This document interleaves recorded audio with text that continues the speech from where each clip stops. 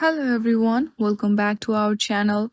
In this video, we are going to solve the problem of withdraw suspended in your Binance account. If you want to fix Binance withdraw suspended problem, then first of all, you need to check your network if your network is working perfectly fine or not. If it is working perfectly fine, then the other thing you can do is you can install VPN and use it before opening your Binance.com.